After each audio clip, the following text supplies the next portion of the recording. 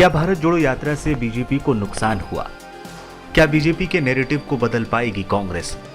क्या कांग्रेस बीजेपी को घेरने में कामयाब रही? राहुल गांधी की अगुवाई में कांग्रेस की भारत जोड़ो यात्रा के समापन के साथ ही ये सवाल उठना स्वाभाविक है, क्या इससे पार्टी की मुख्य विरोधी और केंद्र की सत्ता में मौजूद बीजेपी को कोई नुकसान होगा?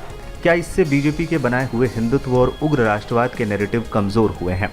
क्या कांग्रेस बीजेपी के समानांतर अपना कोई नैरेटिव खड़ा कर पाई है या निकट भविष्य में कर पाएगी? क्या बीजेपी को बेरोजगारी, महंगाई जैसे आम जनता से जुड़े मुद्दों पर अब घेरा जा सकेगा? कांग्रेस पार्टी ने जब नफरत छोड़ो भारत जोड़ो का नारा दिया या राहुल गांधी ने जब कहा कि वो नफरत के बाजार में मोहब्बत की दुकान खोलने आए हैं, तो उनके निशाने पर बीजेपी ही थी। हालांकि उन्होंने खुलेआम उसका नाम नहीं लिया था।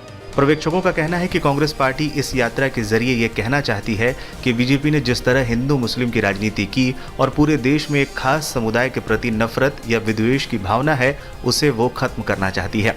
लेकिन क्या वाकई ऐसा हुआ है? क्या वाकई हिंदू मुस्लिम की राजनीति पर रोक लग गई है? जिस दिन राहुल गांधी ने पदयात्रा खत्म की और श्रीनगर के लाल चौक पर तिरंगा फहराया, उसी दिन मुंबई में सकल हिंदू संगठन के बैनर तले एक बड़ा कार्यक्रम हुआ।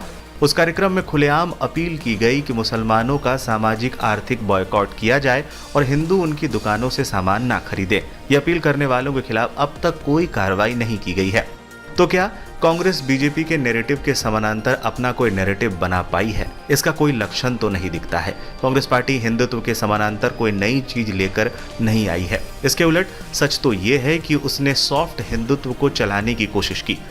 पूरी यात्रा के दौरान जगह जगह हिंदू मंदिर जाकर दर्शन कर और साधु संतों से आशीर्वाद लेकर राहुल ने ये संकेत देने की कोशिश की है कि उन्हें हिंदुत्व की राजनीति से कोई परहेज नहीं है। विश्लेषकों का कहना है कि हिंदुत्व के समानांतर सॉफ्ट हिंदुत्व की राजनीति परवान नहीं चढ़ सकती। कांग्रेस पार्टी सॉफ्ट हिंदुत्व के जरिए बीजेपी की धार को कुंद भले कर दे, पर खुद पर लगे मुस्लिम तुष्टीकरण की राजनीति करने का जवाब भले दे दे, लेकिन वो बीजेपी से उसके प्रिय और कामयाब चुनावी आधार नहीं छीन सकती। हिंदुत्व में यकीन करने वाले लोग बीजेपी के बजाय कांग्रेस को वोट दें, इसकी संभावना कम ही है। तो कांग्रेस बीजेपी को किन मुद्दों पर घेरेगी? मुख्य विपक्षी दल महंगाई, बेरोजगारी, किसानों की समस्याएं, भ्रष्टाचार वगैरह पर सत्तारूढ़ दल को घेर कर उसे किनारे कर पाएगी?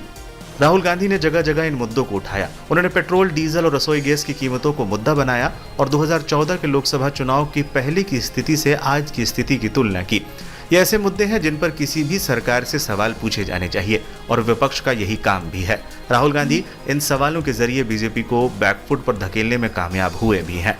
केंद्र सरकार ने रोजगार मेला जैसा कार्यक्रम किया, लेकिन ये मुद्दे वोट में कितना तब्दील होंगे और लोगों के गुस्से को कांग्रेस कितना भुना पाएगी, ये जानने में अभी थोड़ा वक्त लगेगा। फिलहाल तो स्थिति ये है कि भारत जोड़ो यात्रा से कांग्रेस को भले ही फायदा हो, राहुल गांधी की छवि में सुधार हो, लेकिन बीजेपी को कोई बहुत बड़ा झटका लगा हो, ऐसा नहीं लगता। यदि ऐसा हुआ तो ये भी कुछ दिनों बाद ही मालूम चलेगा।